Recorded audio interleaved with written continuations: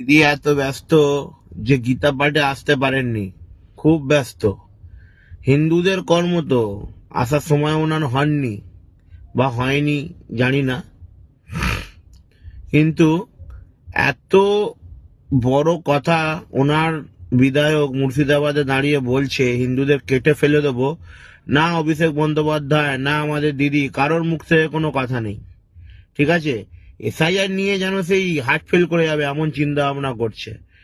Rally বেরিয়ে গেল SIR নিয়ে, কই এটা নিয়ে তো কোনো র্যালি বেরোলো না। বাবরের নামে কেন হবে ভাই মসজিদ? অন্য কারোর নামে করুক না, কি আপত্তি আছে? খোঁচা মারা কাজ করার কি দরকার আছে? বাবর কে ভগবান? চোর জোচ্চোর লম্পট একটা, ও তার নামে মসজিদ।